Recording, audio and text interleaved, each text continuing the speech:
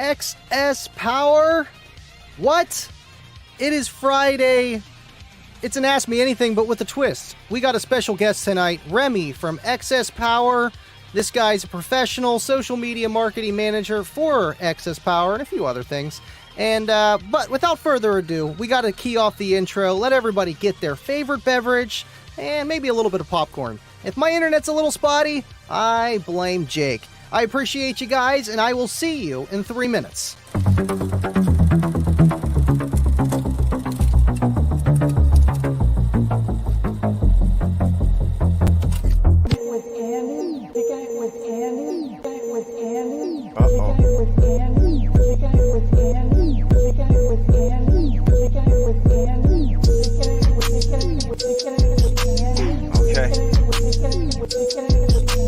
So we're kicking it with Andy, right? You know what that means. We living loud.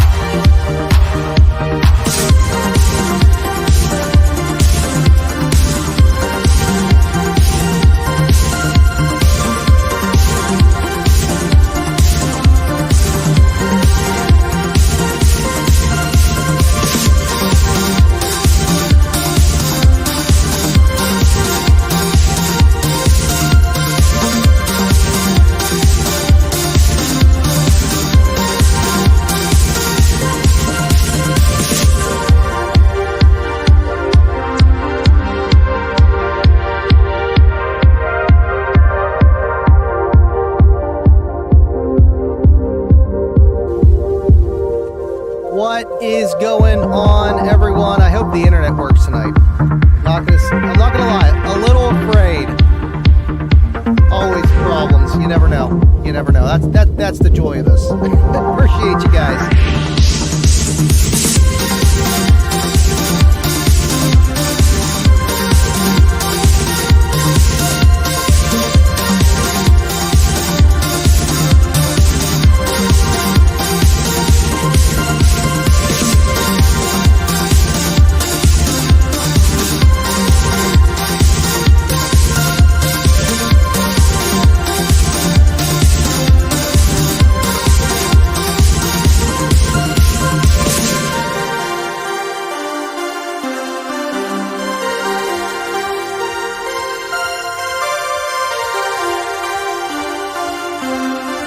You know,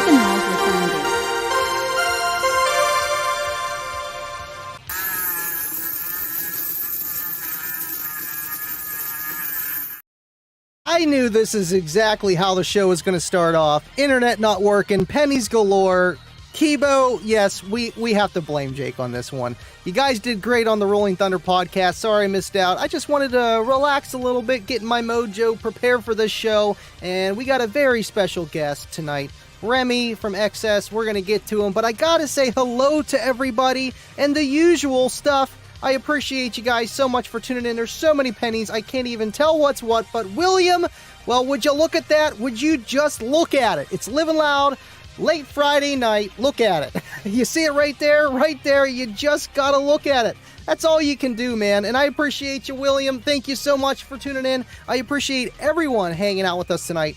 If you guys got any battery questions, especially with Excess Power. Excess Power has been around for as long as I've at least known about car audio in the bigger league, like 2016 and newer, at least for me. As soon as I started to go to the competitions and the lanes, I seen Excess Power, and I still run 2 of them in my cars, Cookie Monster and Kayla's car. It's really good stuff, and we're going to hear all about it. Appreciate you guys so much. Jake, bid is for 202. This is what happens, guys. The penny wars just start starting. I can't even get to the show, man. I really can't even get to it. Thank you, guys. Yes, what Kibo said, it was all Jake. And let me know how the internet is coming through. It says it's low on my end. I hope it's not. We'll see how it goes. Appreciate you guys. All right, cool. We got Todd. Yes, everyone's blaming Jake. I'm sorry, Jake. I am really sorry. I didn't actually mean for this to happen. Maybe I did. Thank you, John. What is going on? Adrian, appreciate hanging out with you on the Discord the other night. Man, we were talking batteries. You're going to learn even more tonight. Appreciate you guys tuning in. Andy's stream is rougher than a Brillo pad. You know, I hope not. Lithium? Yes, lithium. We're going to talk about it all. We got a few different chemistries. And, man, I can't wait to get them on here.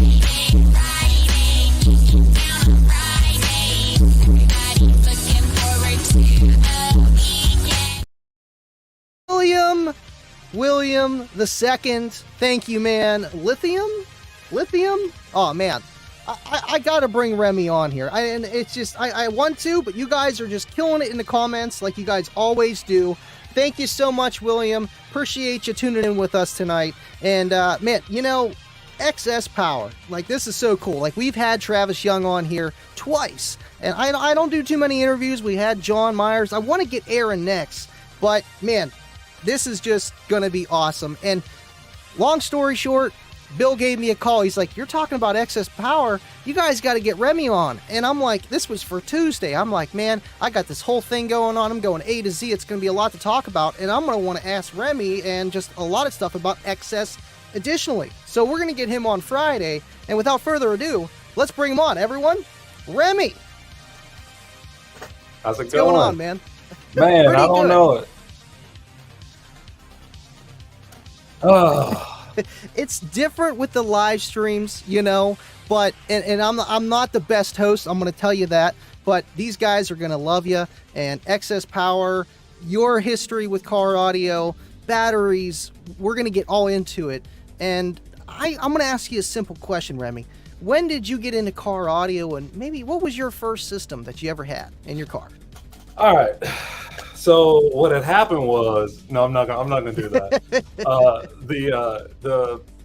I probably first got into car audio, I would say probably in college. So maybe 2012, 2013. I was in a pretty tight knit group of guys, and we all just hung out. We all just enjoyed like listening to music and seeing how we can improve the music in our vehicles, just because we're car people, but we also like loud music. Like a lot of the people that were in my group, they would go on and do the whole competition thing. I wasn't a competitor. I just like to go out, have fun, play my music for me, blow my eardrums out. I don't care about anybody else. But they were super into just being loud and as crazy and obnoxious as they can. Through that grapevine is where I heard about Excess Power. And over the course of the years, like I sort of got out of like the car audio scene. I like to go fast. So yeah, my cars that I had that had systems in it, I ended up selling and then getting something faster. And you know, probably think it was 2021.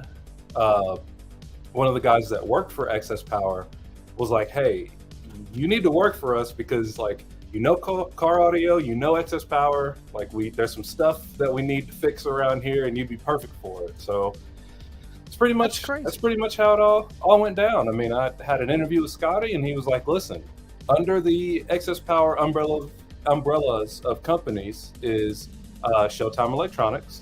So I need help with it. We need to get it back on the ball rolling. And that's kind of where I've been. A lot of people don't know that Excess Power and Showtime are sister companies, but they are. And Wow. I don't want to say that my days are very crazy, but I do a lot with XS, and then I also do a lot with Showtime. So it's we say that we have like a walk-in facility and come in, buy car audio. I don't chase people out, but like from 8 o'clock in the morning, 8:15 most days, till about 5 o'clock in the afternoon, I'm in front of if I include my personal computer, I'm in front of 4 computer screens all day long. So I'm always looking at stuff. I'm always doing stuff. I'm always trying to look at, stuff that you're doing, trying to find stuff to share. Because I mean, not only is the car audio community big, but like the XS Power community is big too. I mean, we not only do car audio. I mean, we have drag racing. We have people in power sports. We have people in road racing. We have people in drifting. I mean, there's people everywhere, and that funnel from XS Power is huge. So seeing this, and then again, like you said, I talked to Bill, and I was like, hey, I need to see what this guy's talking about. So I watched the podcast on Tuesday, and I was like, yeah, you're hitting good points. You're hitting good points. You're missing some stuff though. That's why I got you.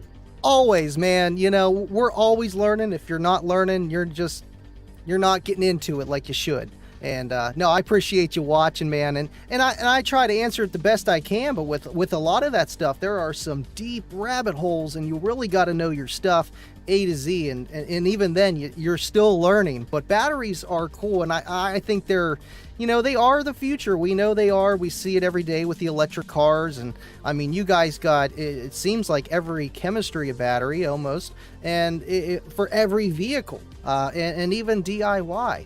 It's just, I like the brand, man. And that's the big reason why a lot of people buy Kicker too. You buy it for the name because there's going to be quality behind it. There's less risk. It's like, oh yeah, my buddy has that, and I'm going to get that too. So you guys have that going for you as well.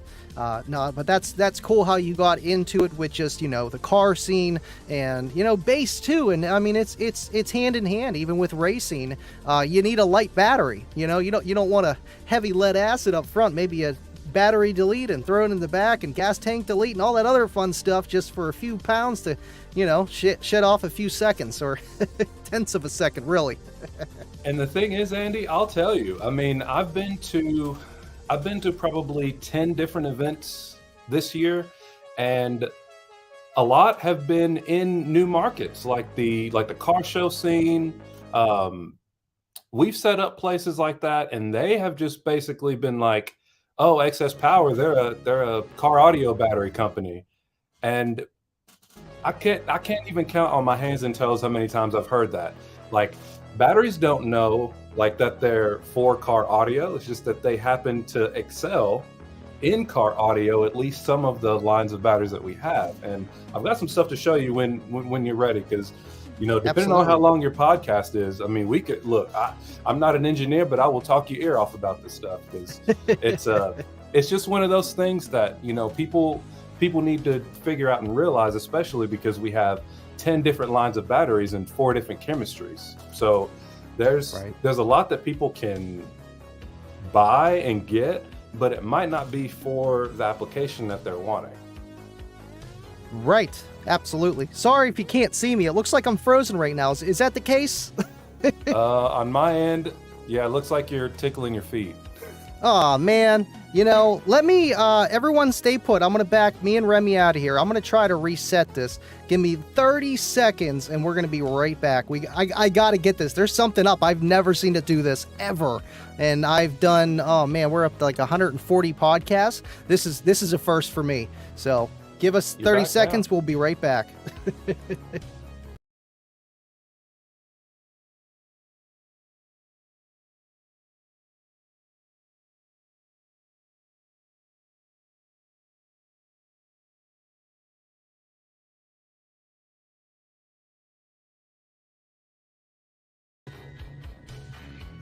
All right, we're going to give that a go. How do I look now? Is this my Much good better. side? Oh, Awesome. yeah. Awesome. All I did was hit refresh on the browser. So again, I blame StreamYard. Awesome. Now we can get to the show and I can actually really pay attention to what you're saying. I'm sorry, I was freaking out over here. I'm like, come on, man. Stupid internet. But hey, you know, it really is crazy. And I know you got some demonstrations for us, just a few props of different batteries. And I mean, we can show the guys that. I feel like let's do it. Let's show them the meat and potatoes, and then we'll get to the dessert, aka questions. So if you guys got any excess power questions, drop them down below. Kayla's in the background in the kitchen, dropping down the comments, saving them for me, so we'll definitely get to all those. Sorry about the internet, guys. We got it. We're good now. All right, Andy. Well, on this table here, we have 4 different batteries. We've got our D5100, which is AGM. That's what everybody's used to, like this logo here. We've got our Titanate, which is lithium LTO. A lot of people in the car audio community will know that. We've also got another LTO, which is a little bit lighter. We'll get into that. And then we also have our LFP, which is lithium iron phosphate. Oh, that's too far back. But the lithium good thing iron about phosphate. This, that's different. I didn't know you guys actually sold that. That's cool. Yep. That's cool. All of these batteries, well, not all, there's only 4, but all 4 batteries right here are Group 51 size, and they each have a different purpose. So the D5100R is, our D series and our S series are AGM.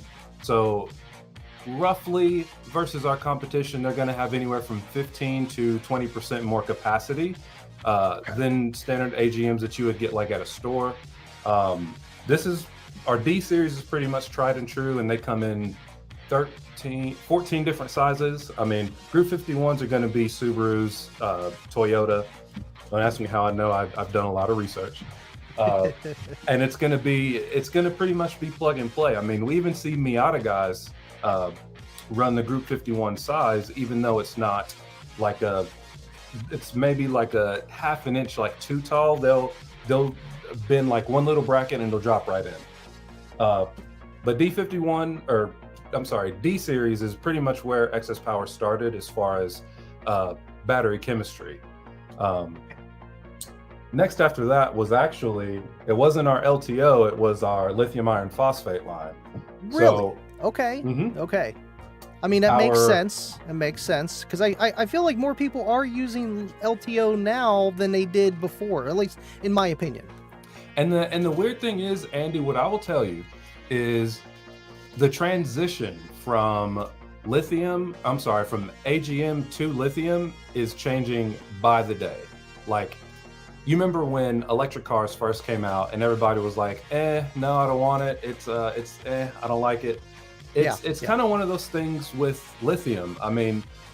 You could almost look at lithium as gasoline. You've got 87, you've got 89, 91, 93. There's different kinds of lithium, and there's different applications for lithium. So like this sort of battery right here, like this little guy, it can handle 8,000 watts of power.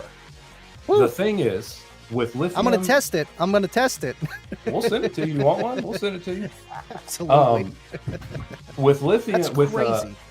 Lithium iron phosphate, we don't really push this line a lot, and the reason for that is because we know our customers. We know what they're going to do. We know they're going to push their limits, and we know that they are not going to properly maintain it. LFP has thermal tendencies when you drop it below a certain voltage or you go over voltage that we're not the most excited about, in simplest terms, which is why we didn't really push this line. We do see a lot of it in our like side-by-side line, like our Group 30 size. We've got a Group 30 size that is lithium iron phosphate that a lot of people do like and a lot of people use. But for cars, we normally steer people toward our Titanate series just because it's a little bit better.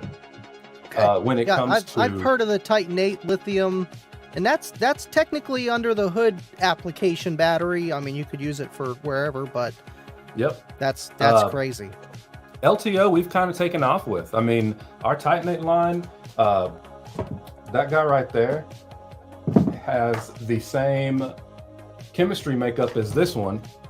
In our XV line, we market that toward our racers. So people that have like a stripped down race car, people that just need a battery to start. This guy's perfect. Like, picture like people that do autocross and want just like the lightest thing possible.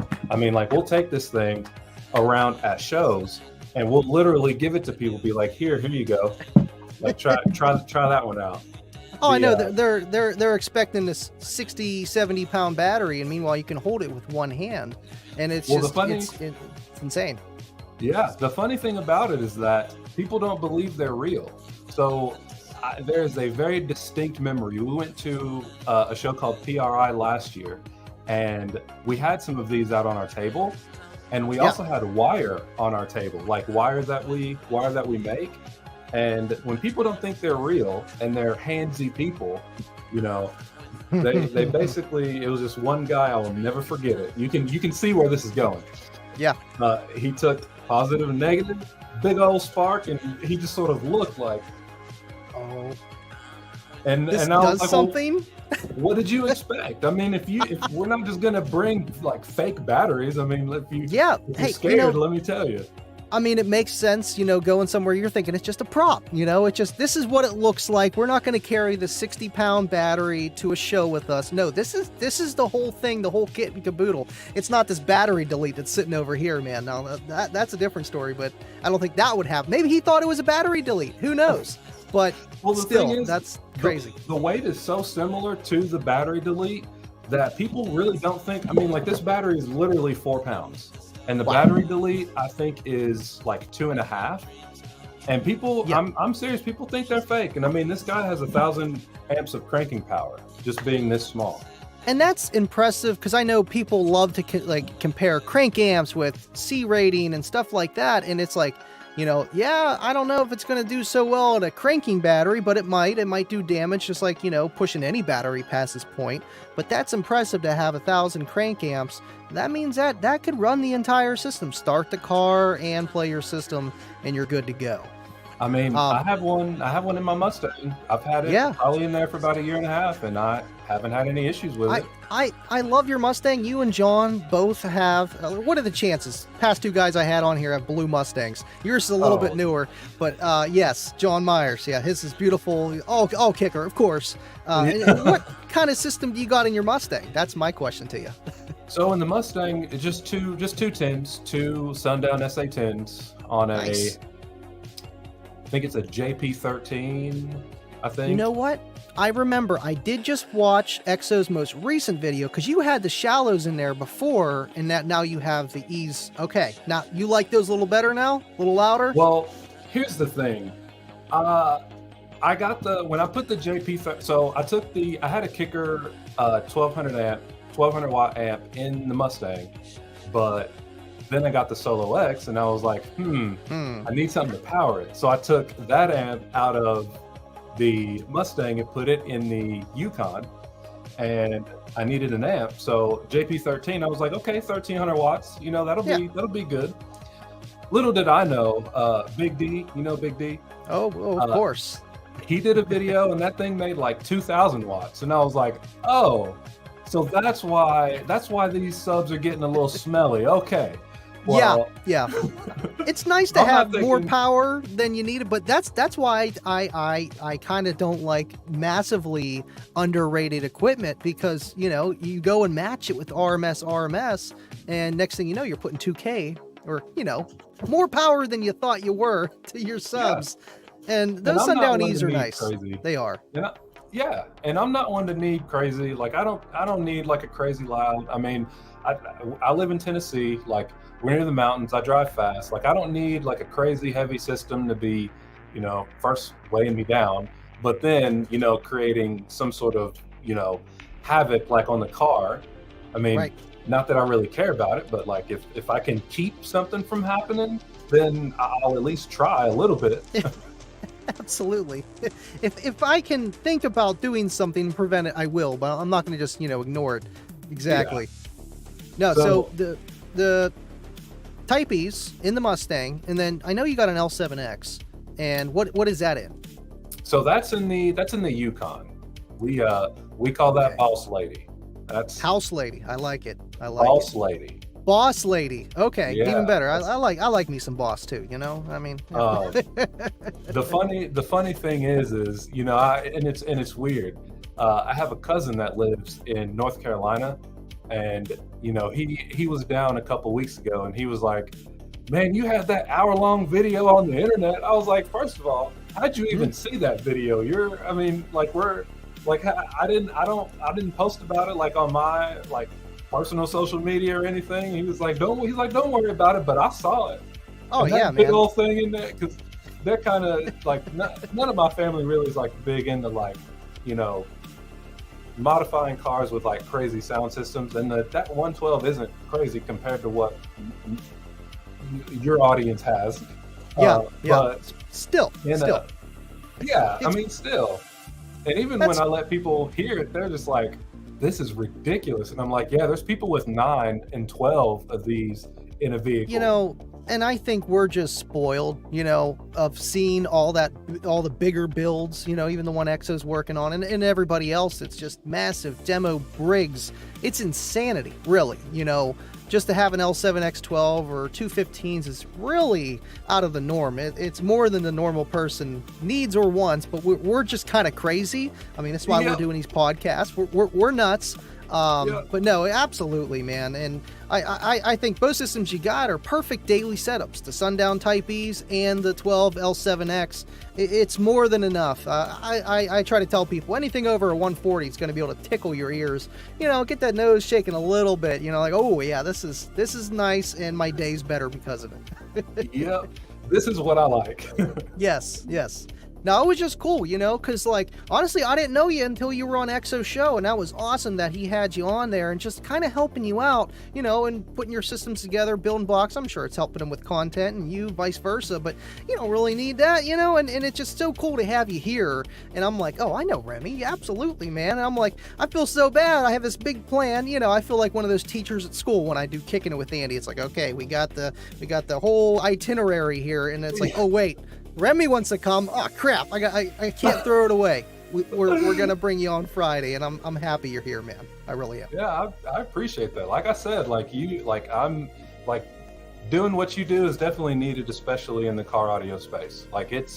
Thank you. We have unfortunately seen a decline in car audio, but that doesn't mean it's not still relevant. Like people still, I mean, like look at the Solo X. Like look at what that drew. I mean, I don't want to say it was declining, but it was just kind of stale, if that makes sense. I mean, the Solo X really shook a lot of things up, and then Sundown's doing crazy things also. I mean, that's Sundown. That's that's literally their league. But it's cool to see Sundown also trickling into other fields as well, with like just shallow woofers. Like, you don't think of Sundown as that. It's cool that they're going down that route as well, because they want to hit every single base head. Not everybody has an SUV or a trunk. They got a pickup truck. They got kids. They need downfiring enclosures or whatever the situation is.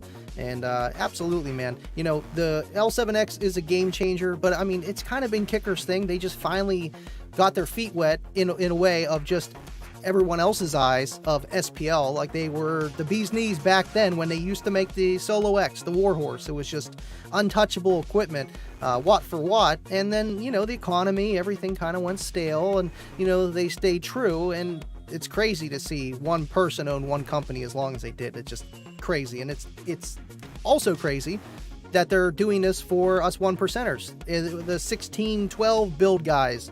It doesn't matter. It really doesn't, because that's not their main income. It's the guys going to Walmart, going to Best Buy, going to local stereo shop, getting 2 12 kickers, 2 Sundown Type E's. That's the masses. It's not us. It's not.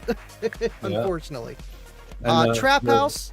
No, you're good. Go ahead. I just got a super chat. These super chats, they pop up Kayla, thank you for throwing it up, man. And Trap House, he's an awesome guy.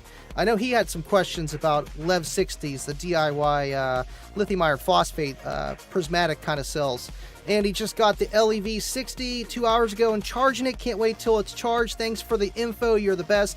Absolutely, man. Thank you so much for tuning in. And for the $5 super chats, we got a little something special. And, it's just kind of the thing we do around here. Well, would you look at that? Oh my gosh, just look at it. Just look at it.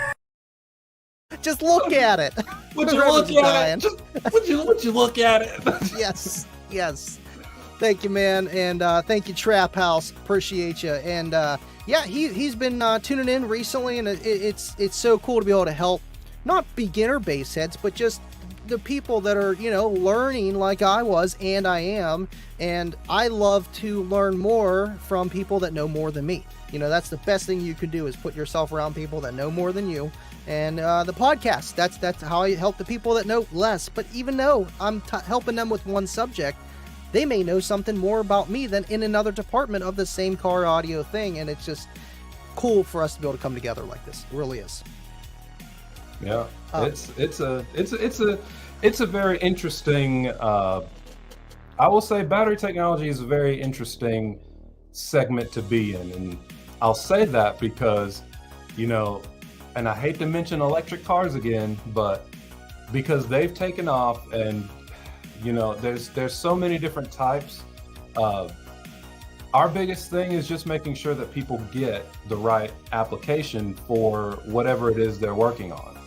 So like a car audio guy isn't going to use one of our XVs, which is just basically a starting battery with a lot of like upfront punch. Like that's not going to be something for them. I mean, at Slamology this year, we had somebody using this same battery in a system with two McMahon alternators, I think either a 4 or 6K amp, and the battery had a thermal event. I mean, I remember that one, and Jake here in the comments section, he was the guy that actually threw it out of the car and saved the car from catching on fire. But we know it wasn't, it was more so user error. I mean, he had lithium iron phosphate in the back. You don't do that to begin with, and anything, man, you push it past its limit, thermal. And I was surprised it even did catch on fire because it was an LTO cell, and that's full of salt water. No, it's not full of salt water. No, it's not a salt. Okay. So one thing I'll say about lithium iron phosphate is you mentioned doing battery deletes. Well, yeah, we have this thing here called a super bank, and we make them in basically all BCI sizes, which would go under the hood. But these are super capacitors that'll work with basically any battery chemistry. And the reason for that is because it's not a battery, it's a capacitor. Right. So these things, I mean, this one right here is a 630 farad capacitor. I want to say this one is good for we rate it for about 5,000 watts, but it can discharge up to 15,000 amps. Whoa, that's a lot of just instant current. Yeah, and that's what that's for. I mean, we see that a lot in our industrial community. I mean, you think semi-trucks that have 4 or 6 batteries just to start their car, they're taking 3 of their batteries out and dropping one of our super banks in and calling it a day. I mean, because usually Group 31 batteries are like 80 pounds. So if you drop 240 pounds of weight and you have a better starting system for your truck, it's a no-brainer. It really is. I've never messed with ultra capacitors under the hood or to be a starting battery. I have that, refurbished UC31, and I think it's got like 300 some farads or farads, whatever.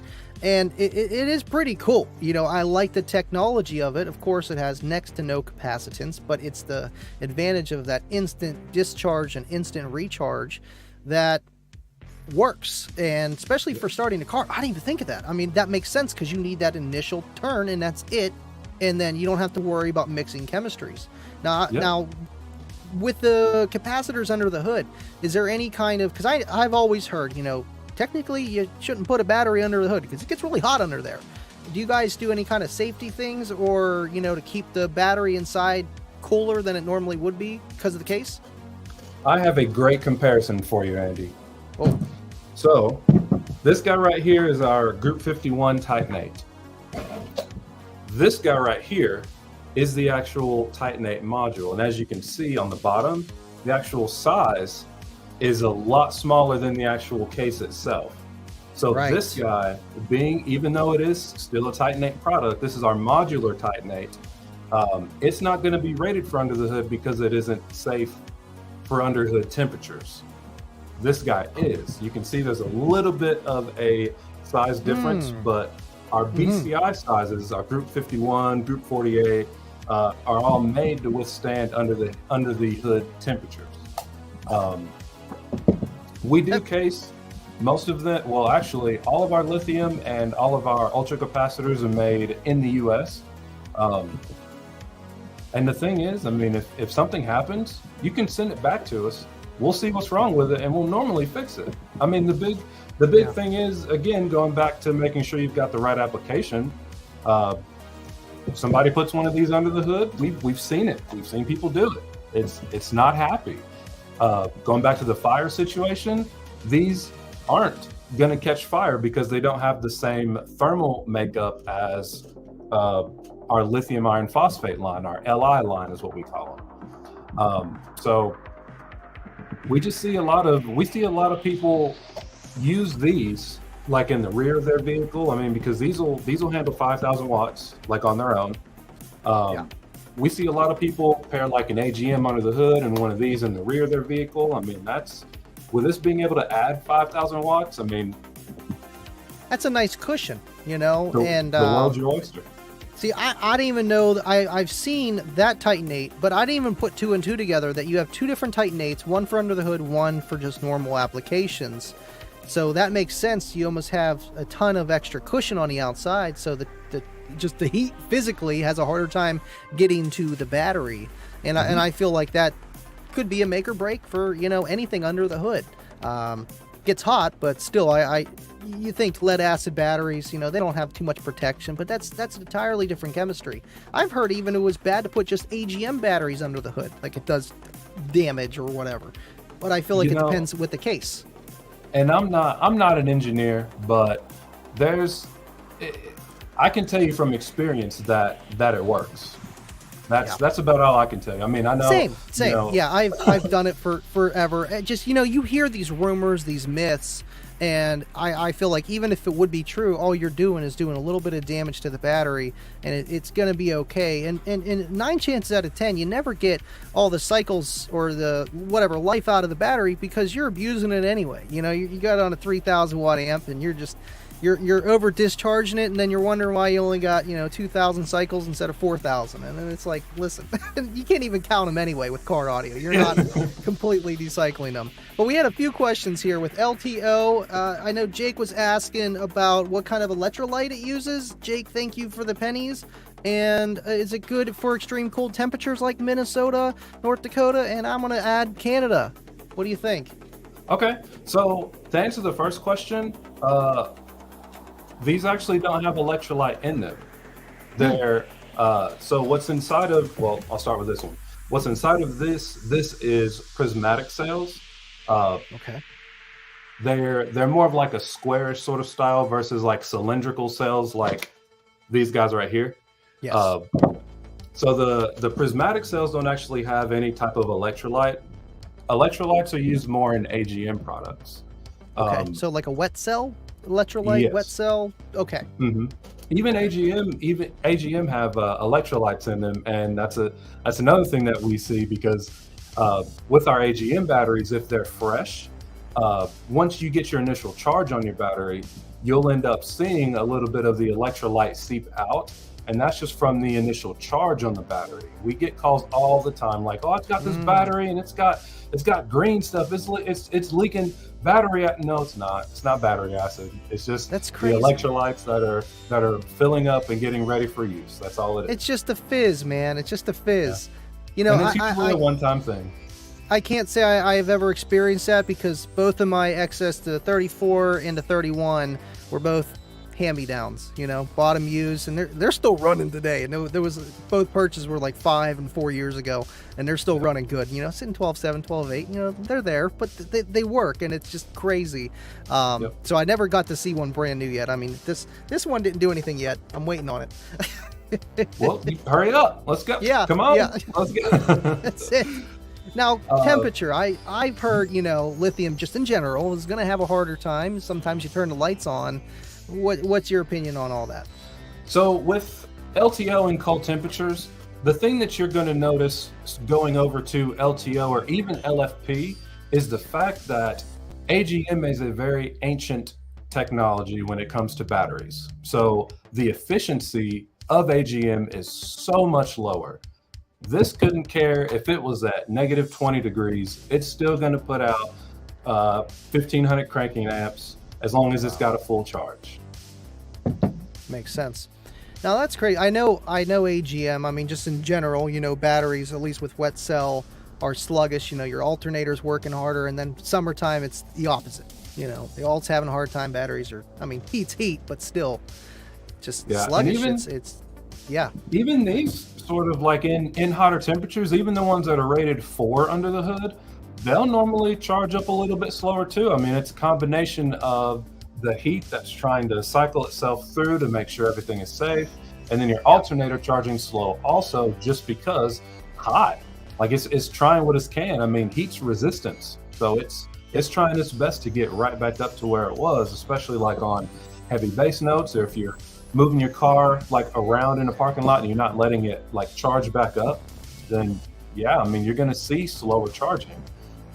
Another comparison too that I'd love to mention is the fact that like with AGM batteries, like as soon as if you have a bass song and that first bass note hits, like if a lot of people, they'll watch the voltmeter, they'll see the voltage like immediately drop and then maybe slowly come back up. You don't see that with LTO just because of the efficiency and the difference in chemistry. So with LTO, it drains a little bit differently. So you'll notice it drop maybe, like let's say this battery on 3,000 watts. I'll use 2 because that's how much my app has. I'll give you my experience. So if I've got a song that I know is a demo song, and I cut it up and I turn it on, and I know the bass is about to hit, like I'll look because I'm curious.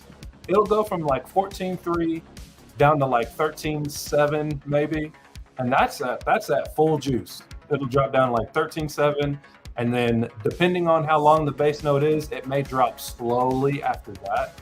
But that's just the efficiency of the actual chemistry itself at work.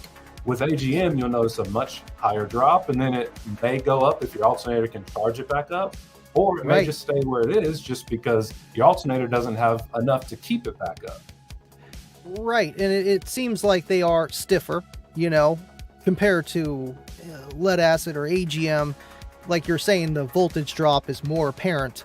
And then even with the recharge and recharge, recovery, seems like it's a little bit slower with the AGMs, and they're inherently just worse. I don't know if it's just a combination of so much capacity it has to charge up and how much it can receive as an in current. Because I know how alternators charge. It seems like, they read resistance of the battery and the voltage, and then it gives a certain amount of current for that. And it's not giving you 100 amps continuously all the time. I wish it was. That'd be great. But that doesn't happen. So it seems like the battery is only going to let so much in regardless. And with the lithium cells, they just let a lot in. And I know some people even say that might be harder on your alternator, but if you have everything matched up the way you should, you're not just pushing it full tilt boogie on, 8 gauge wire on stock alt, you should be okay. There's people who do that, teraamps are very efficient, but they're like, I don't need any lithium, or I'm okay. This group 31 lead acid, it's going to vent in my trunk. It'll be great. It'll work. Oh, okay. All right. Hey, whatever, man.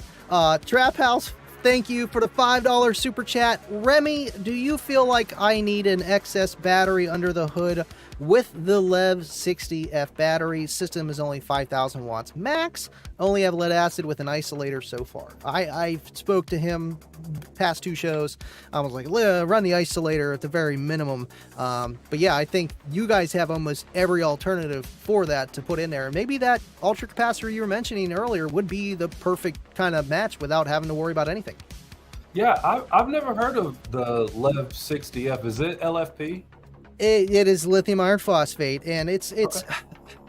Jag 35 sells it, and a few other people, even Battery Hookup has it now. I think it's just a prismatic cell. It's like a rectangle. It's not real skinny, but it's a rectangle, and I think it's 60 to 67 amp hour or 74 amp hours, I believe. So I can actually pull it up for you, but it's lithium iron phosphate, and I think it has a 3C rating. 100 amp 180 continuous, but it has like a 600 pulse discharge. So it's a nice cheap DIY lithium battery. You know, I would suggest to compress it any prismatic cell. I know people say whatever, but I mean, hey, a battery's going to swell, it's going to swell. I'd rather keep it all tight in there, you know. Yeah. So I mean, if it is LFP and you're charging under 16.2, super bank all day long under the hood. Get rid of that lead acid battery. Get rid of the isolator. That guy will. I mean, it's not gonna. Oh, there it is. Okay. Yeah, there's your battery right there. Oh, come on, and man. there's You gotta 10% love off your this. order. No, I'm good. Thanks, Jag. So, you know, I think you're absolutely right. The ultra capacitor, and that's really making me think of trying that like on every single one of my builds, because I try to run lithium now. It's way more efficient. For how much money I'm putting into it, and just like anybody else, it just makes sense, and it's smaller, and discharge, recharge, everything that we were talking about. With the Pilot, I'm throwing in, I was going to go with the Excess Power or Yinlong 40s, and I have one bank of Yinlong 40s in my Pilot build on the quad box that I borrowed from my buddy Seth Duffy. And I just wanted to try something different too. Chemistry cylindrical, and it's the Planano 24s. And I'm going to try that, but I still have an AGM under the hood. So that would be a good alternative for anybody running this LTO stuff, where you don't have to worry about chemistry mixing. And then, of course, Cookie Monster, but it's got lithium iron phosphate JY40s in the back, isolator, and then a 3400 under the hood. So, yeah. So I mean, the big thing about our capacitors is that they come in basically any size that you want. I mean, the one that I have here, I would have brought it in our Group 51 size so that they all sort of matched. I'm kind of OCD like that. But anything like this, as far as a super bank, as long as you're not charging over 16.2, they're a really good option. But I mean, honestly, battery deletes are cheaper, and if your system already is hanging just fine, then right, you don't necessarily need to go the capacitor route. But I mean, I'm very simple, and I don't like to just waste space. So yeah, exactly, that's what you're doing. Yeah, well, I mean, if a battery delete works for you and works for what you're wanting it to do, cool. But yeah, there is more options to be able to fill the void and even get a little bit more bang for your buck for that space. Right, and that's less current. That's going to be just, at least from the initial start of your car, going through your car from your rear of your batteries, you know, so there's just safety. And two, I think it would probably start quicker. Ultra capacitors are going to be starting your car faster than any kind of lithium. I feel like they can just discharge way faster than any lithium.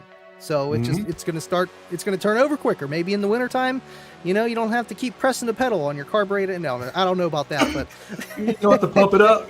Yeah, no, you're good now, man. You're good. No, but that's smart. And right, the battery delete, I did that. That's why it's sitting here, just because I didn't know at the time that you're supposed to, at least from my understanding and from my situation with my volt regulator, just the stock regulator in the car wasn't able to sense the lithium for some reason, especially at idle, where it would just drop to like 13.2, and I'm sitting there at a light. I'm like, what do you mean? And then I play the system and it just drops even lower. And then I start driving and go back up to 14.4, 14.8. And I don't got a Honda Civic, so it's not some ELD crap.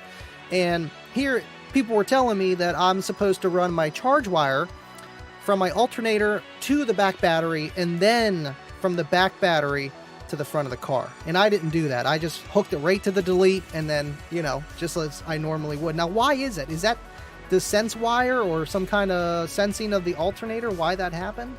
So there's a couple factors at play. So the biggest is you have to think if you're idle, your alternator isn't going to be charged or isn't going to be spinning as fast to actually provide enough current to keep your, if you've got, like what size alternator did you say you have? It's Ohio Gen 320 in the Eclipse. This is where I had that, so. Okay. Well, the strange it's like thing 120 at idle, 160, depending. So one thing you could think about also, if your vehicle is running and it's at idle and your alternator is maybe, if it's only putting out 100 amps, that's, if you cut your blower, if you turn your blower all the way up and you've got, all your lights on, then you at idle you could see that, especially with a bigger battery system, because not only are you putting strain on, but your alternator also doesn't have the current at that idle speed to be able to charge your entire system. Right. So even I remember, this brings me back. I remember I had a Toyota Camry, my first ever system. I remember you asked me that and I forgot to answer. My first ever system was 2 of the Sundown X12s on two 2500 watt amps, and at idle, I could go from 14.1, I would go to a stop playing music and drop to like 12.2. But what I would do is I'd have my foot on the brake and my foot on the gas. That way I would at least be in the 13s, because you're revving it up a little bit past like that threshold of idle speed. Oh yeah, oh buddy, I played with that all the time. I was like, I just want to test this out and see how it works. But I wish I had a mechanical, or I guess you would say, mechanical, physical throttle body rather than electrical, because then you could just we'll keep that up a little bit higher all the time. My engine doesn't spin too fast either. I don't know, whenever I took that out and then put the just the AGM under the hood, I was okay. That's why I thought it was something with the regulator, because I don't have any external regulator. The alternator is not self-exciting, so it's the stock OEM regulator that works with it. And I think that was the issue that I was running into, because it doesn't make sense. The wire's just going through that and then through to the back of the battery to the back. But for some reason, only at idle, I had a problem. And I think it's just something with the stock OEM stuff. But I didn't know if it was because it was the lithium, the battery delete up front. And I think that's too much work. I would rather just put the ultra capacitor under there and call it a day as well. And that's why I originally took it out. And I'm like, you know what? I'll just get an isolator, because I don't drive the car all the time. I used to drive the car almost every day. So it didn't really matter. It sits overnight. So what? Not really doing too much damage. But when it sits in the garage for 4 months at a time, no way. I don't want to have to keep it on the battery all the time. And from my understanding, AGMs, and wet cells, you want to kind of keep them charged. And lithium iron phosphate or any kind of LTO, you don't want to keep it fully charged all the time. Is that kind of the case, or is that a myth too? Well, here's something that we like to tell people. Every single battery has a life cycle. May it be AGM, may it be LFP or lithium iron phosphate, or may it be lithium titanate oxide. Battery tenders, what they'll do is if you leave them, like actually on a tender, it'll cycle the battery. We normally don't rate our batteries based on years. We rate them on cycles. So with AGMs, you're normally getting 2,500 to 3,000 cycles. With lithium titanate oxide, you're getting anywhere from 8 to 10,000 cycles. So in all reality, if someone in your instance, like if you leave your car, let it sit. If you have like a battery cutoff switch, especially if you're going to let it sit, then I would definitely either utilize it or look into it, because that is a battery tender we usually don't recommend. See, I didn't even know that they did that, kind of let it charge and then fall off and then charge. And you would think it would just kind of keep it as steady, 13.1, 13.3, but it's not going to do that. So that makes sense. And it's like you'd almost rather just let it kind of die off and then charge it every month or so, rather than, every week. And you're almost shortening the life of your battery. But we got a super. Go ahead. Go ahead. No, just super chats, man. The thing about them too is if all of your cells are in working order, then a month isn't really going to be a long enough time for the battery to actually just sit off and die. I mean, I had one. I even had an AGM for my last vehicle that sat in my garage for 7 months because I was kind of afraid to hook it up by myself, but I let it sit for 7 months, and the voltage when I set it down, I know exactly where I set it. When I set it down, it was at like 12.8. 7 months later, it was at like 12.6. That ain't bad. They're not, unless there's something wrong. You shouldn't have like a draining, even with everything disconnected, especially within like 1 or 2 months. Right.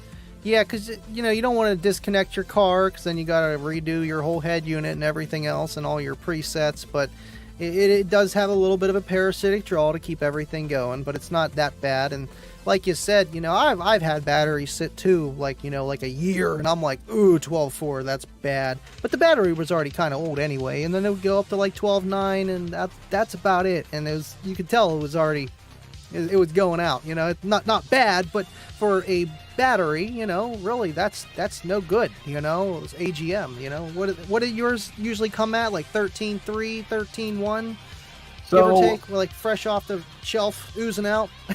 how we rate state of charge with AGM is normally 13 to 13.1 is about 100% charge, and 12.4, 12.5, honestly, that's about 60% state of charge. So that's really not that bad, especially for people think, when you get into the 11s, that's when you may want to hook it up to a charger if it's been sitting for a long time. But 12.4 really isn't all that bad. I mean, you can hook a charger up and then let it do its thing. Like overnight, our chargers anyway, they'll bring it up and they'll let it float back down just to test it, make sure everything's going good, and then you're good. Wow. I mean, the more you talk about it, it's almost like the less you really got to worry about them, and keep an eye on them. You don't want to, leave them on cement and all that other fun stuff, and bring them inside for the winter. They get cold too. And take care of your batteries, but they seem like they're pretty tough, and it's better to just kind of let them sit rather than keep charging them. And that's the cycles, and that's the lifespan. Really, it's not per se just time in itself. I mean, to a point probably, but we're not going to get into that rabbit hole. Trap House getting to you. $10 super chat, and we got to do the super chat. I know someone was saying you need to blur it out for the bass. I mean, this is already clipping full tilt.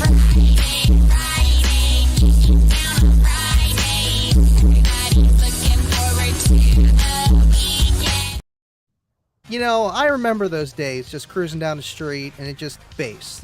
That's all you needed to hear. And then eventually like, oh wait, I can put an amp on my mids and highs. I can make it sound good. We're all after that bass. But Trap, say less. Remy, do you have a code so I know I bought it because of you? What size capacitor do you recommend? I have a guy on Facebook Marketplace selling Titan 8 for $550. I think he's asking for an affiliate code or some kind of sort, but I don't know if you got one of those. Okay, so two things. That's a two-parted answer. So the first one, on Showtime Electronics, use discount code EXO. Use his code. Second thing, capacitor and Titan 8 are two totally different things. So as far as the capacitor, the size of it really depends on the application. I mean, bigger is always going to be the best. I mean, this one right here is a 630 farad capacitor. We make one that's 1500 farad, which is the size of a Group 31 battery. So it really just depends on how much power that you're wanting out of the battery. $550 for a Titan isn't bad, but I mean, like I said, use the EXO discount code. Who knows what you could save? You heard it here first. Be that $550. Absolutely. I know. I'll have to check it out. I've seen Showtime Electronics. I remember that was popping up. You guys were one of the first that had the L7Xs on there. I'm like, oh wait, the 10s. There's the prices. There you go, guys. Oh wait, it's gone. Never mind. All right, moving on. Guess who got in trouble for that? Oh, we found them. It's okay.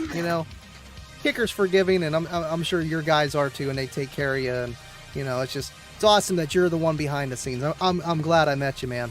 And Remy, yeah, like he was saying, there's lots of options. Go check out Showtime. use code EXO, and I think he's asking more so for just under the hood to run with that.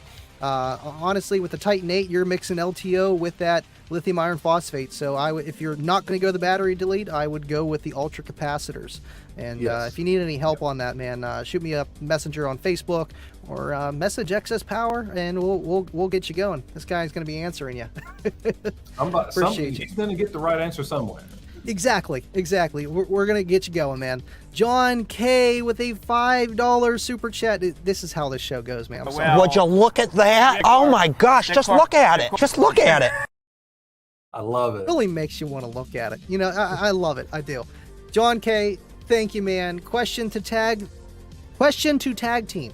2011 RAV4 V6. If I do an alternator upgrade with excess power battery replacement under the hood, what kind of RMS could I support? I'm guessing just alone, nothing in the back. So, based on the RAV4, I want to say that's either a Group 51 size, which is this one, or the 1200 size, which is this guy. Both of these can support up to 2,000 watts on stock electrical. With an alternator, let's say you get a 240 amp alternator, you could up that support just from the battery and the alternator to probably 2,500 watts before you start dipping, especially at that amount of amperage, until you start dipping into the low 12s, high 11s. Honestly, 2,000 is about the limit that I would recommend safely. But I mean, again, you can always just add these little guys to the back and support however much you want. Absolutely. And I can't stress it enough with just putting a battery in the back of your car, regardless what you're running, just so that most of the draw, unless it's charging that back battery, is not going through the front end to the back end of your car as much. You're really straining just the amplifier. You're making it pull all that power that whole run rather than a few feet. And just stuff along those lines. And then, like you said, the input power too, man. You look at battery ratings and it really does go on, anything on top. You look at I look at standalone, because then it's like, okay, well, I'm not even getting 100 out of my alt. Let's see what this thing can do by itself, and kind of go from there. But John, thank you, man. I appreciate it. And I see you guys rate batteries by wattage, and I feel like that's easier, because anybody who's anybody really knows what a watt is. Even TJ Watt, they know what a watt is, and it's easier than going by C ratings. But if you guys would go by C ratings, even if you could, what would you guesstimate, on like your kind of batteries? Can you do that with AGM, or is that more just like a lithium kind of thing? Like I really want to know. It's more of and I'm not 100% confident on the C rating thing either. I've seen that used mainly with like lithium iron phosphate. C rating really just isn't my thing. I normally will look at reserve capacity, which is amp hour, and I'll also look at burst capacity, which is like your cranking amp, or your rating for cranking amp. Right, that makes sense. I know, because the only reason why I ask is because these guys, they want to know, and I'm learning more about batteries too. And when you're looking at a battery, it's like, okay, it's a solar cell. That thing's only got 1 C. But if you're telling me, you got a battery, it's under the hood, and it's probably 60, 70 amp hours reserve capacity, and it can do 2,000 watts. Well, you can kind of do the math, sort of. You don't know your exact voltage drop, but then you can kind of get like, oh man, this thing's probably a 10C, and that would be 600 amps burst or continuous, and times that by 14, does that get you your 2,000 watts kind of thing? And then you're sitting at like 1,200, give or take. I can't do the math right now, but you get what I'm saying. So you can kind of get, okay, 60 from that, and that's 1C. And I feel like with energy density and lithium, it's just way better to just go that route, because these AGMs are just not designed for a ton of discharge for the amount of reserve they have. Like, they are meant more so for deep cycle. I mean, some are tweaked a little bit more for quicker discharge, but like anything in life, you're giving up something to be able to do something else. So what I'll do is I'll mention, so Sean is our audio sales manager. I'll talk to him, because if we could add C ratings to and I could also learn from him, as far as what our products have, as far as like a equivalent C rating. Sean is our audio guy. Mr. Mayo, Sean Mayo, that guy. I've heard of him. I've heard of him. Let me tell you, he's deep into the audio game. He would definitely be the one that I'm going to get in touch with about seeing if we can add that, especially for the audio people. Yeah, I feel like just like in a little astrophy on the bottom, asterisk, just saying C rating roughly is at 12 volts at this, just so people understand. And, they're still gonna, put twice the power to it, because 11 volts, 10.9 for the win. Speaking to Dubby here, so CCA is a good thing to measure with. I mean, for that peak discharge, but, again, is CCA, is that usually measured at like 8 or 9 volts? Roughly? So cranking amps, at least with our batteries, is measured at 13.5. Wow. So that's how Travis does his JYs, 13.5. And that's why they're like, oh, it's only got 60 amps to continue. Well, that's at 13.5. That's not, that's the strength of the battery, which that's impressive. So that's a lot of power. And you think you still see your voltage drop down to 11. So you wonder how many crank amps your car is really pulling to start your car. Yeah, it's you can be surprised. I mean, I didn't bring any out here, but we make these jump boxes, which are basically like little charge your phone battery packs, but they come with jumper cables. And at 15 volts, they can discharge anywhere from 300 to 800 amps of current. So I mean, in something that small, I mean, that's really. Yeah, insane. It is the size of your cell phone. I see those and I'm like, I don't know, man. I don't know. But if you're in a pinch, man, it's literally in your back pocket in your glove box rather than taking up half your trunk to start it. And here's you want to know something funny? In my Mustang, I actually keep one in there because around the time that I got the Titan, I knew that the reserve wasn't very high. And I drive it a lot and I go on trips, and I took a trip for about 2 weeks, left it at an airport. I was like, just in case my battery dies, I mean, like with the alarm on, like I just want to be 100% sure that I'm going to be able to get home. Right. I'm going to put this in my car just in case. And, it started just fine. I didn't even have to use it. Even though they don't have, like our Titan series doesn't really have much reserve capacity, but what is that rated at? Like 8 or 10 or 20 amp hours? What's that got? So that's a perfect segue. So these are the entire line of our S5 series, which is this guy and this guy. They're rated at 10 amp hours in LTO. Now, comparing it to AGM, it's a little bit different. Compared to AGM, you're looking at roughly 30 amp hours of reserve, of capacity in this guy right here, and any of our BCI models like this Group 51, Group 48, you're looking at roughly the equivalent of 30 amp hour when compared to an AGM. Okay. Roughly. Now, is it? I know I've heard of that with like different amp hours of just how they do it.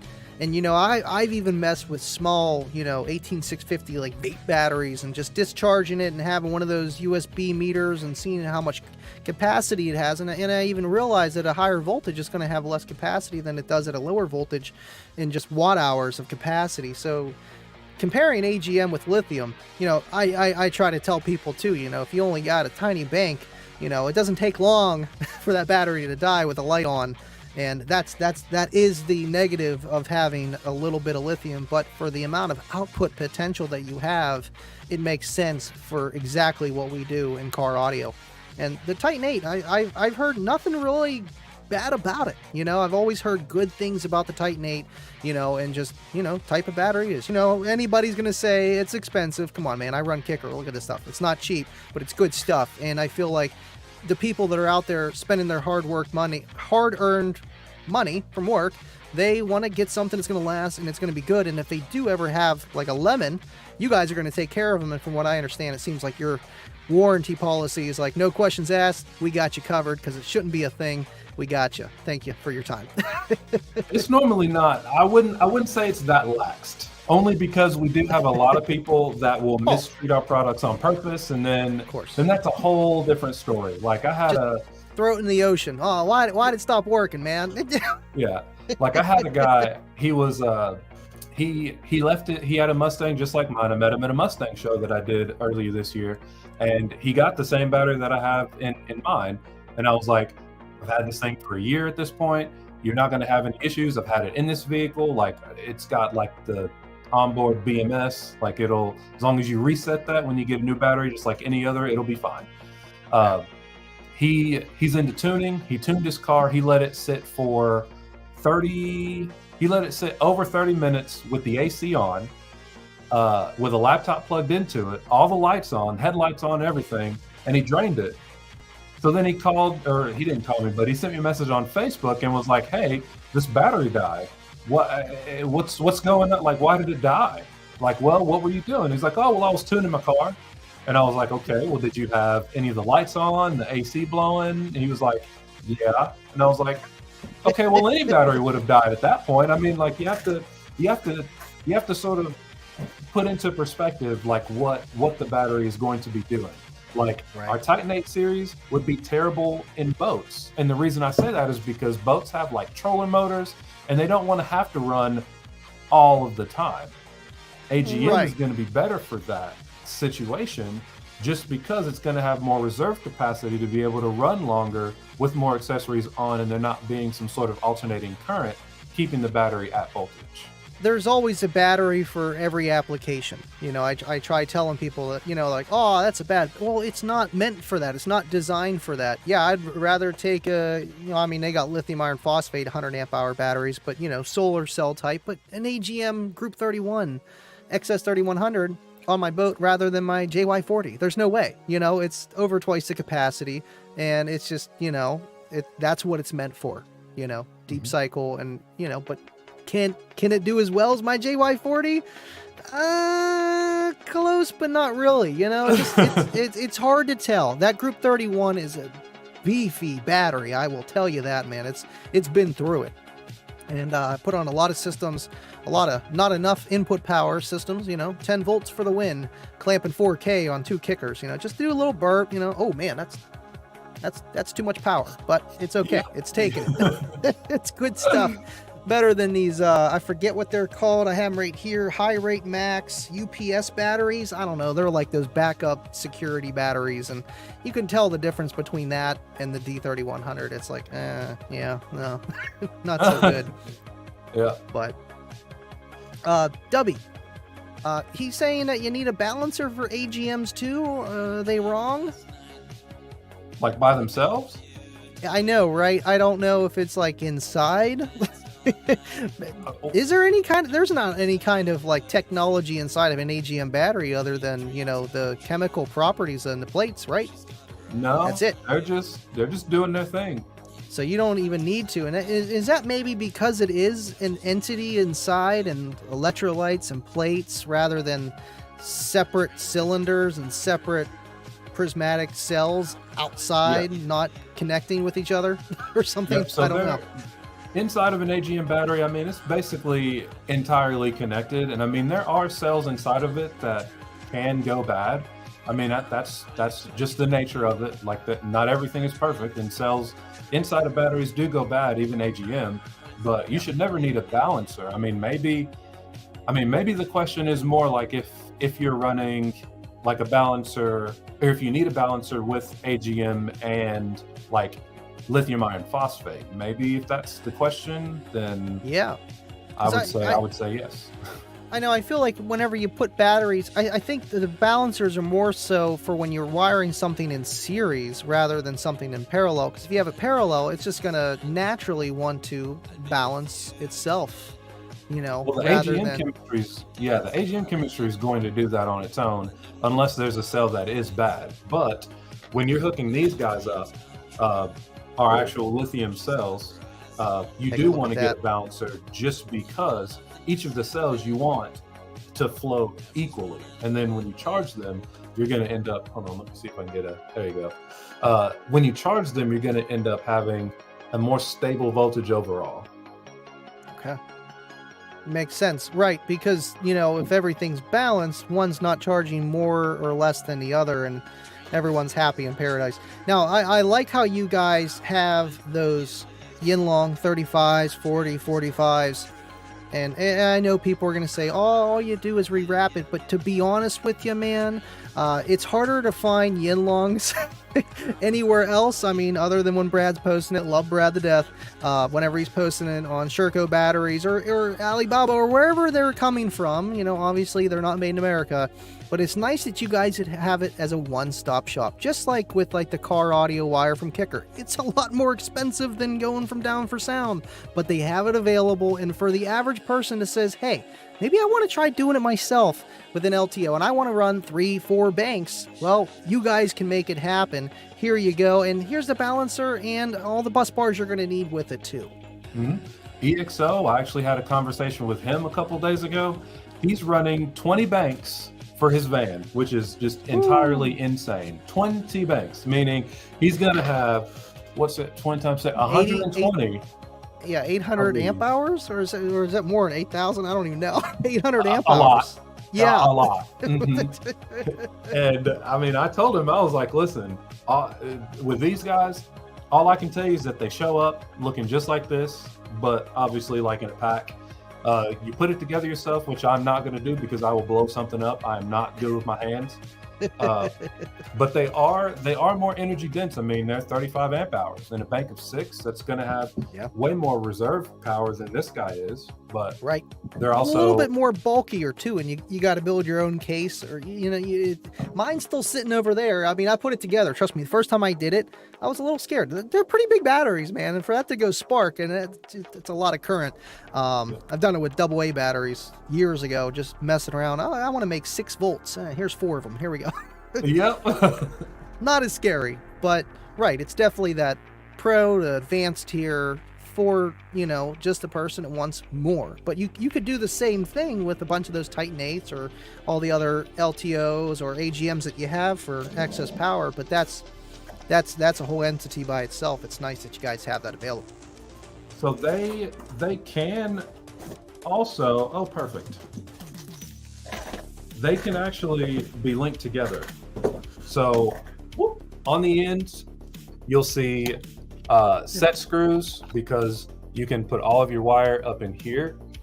But on the ends, you'll see these little plates. You can actually link these together.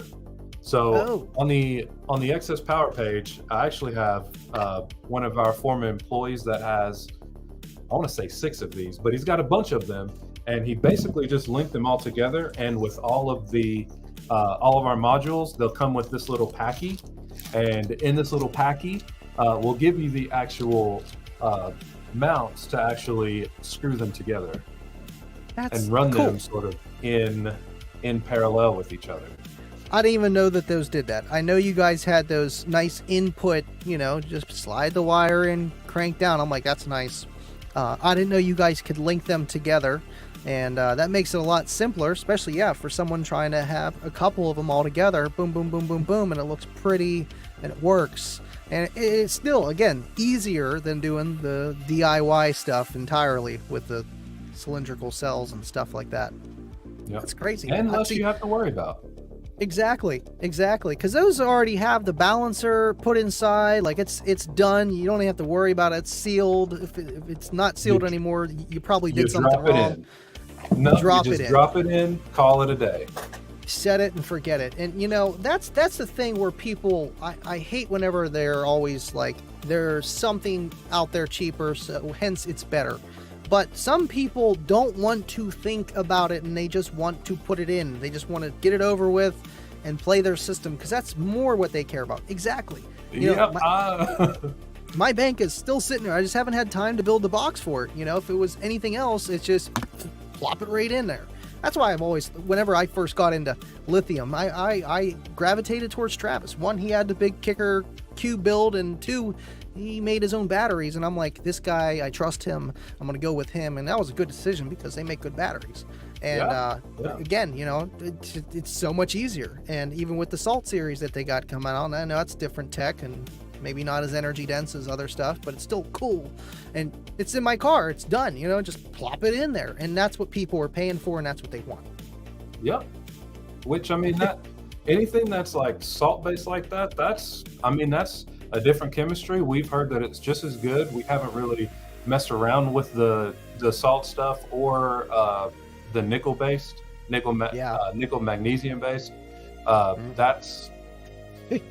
a little high of production cost. So we don't really see that selling very well. So we didn't really pursue that. I wouldn't mess with it either, just because, like he's asking about these prismatic cells blow up. That's the scariest thing, is putting something in your car that potentially could blow up. I mean, all these batteries can. Any battery can. But still, more so or not. And what's it called? There's a name for it. I always forget it when I'm live. But thermal runaway? Yeah, that thing. It can be greater or not as bad with different chemistries of just what it does. Yep. Yeah, the nickel magnesium, that's C-Max, or that just part of what C-Max is just nickel? I know there's nickel in a lot of batteries. Yeah, so I do know that Tesla uses nickel, a lot of nickel in their batteries. But again, like nickel, I mean, if you want to start with just the property nickel, it's the same as lithium, as being that there's different chemical properties under just nickel.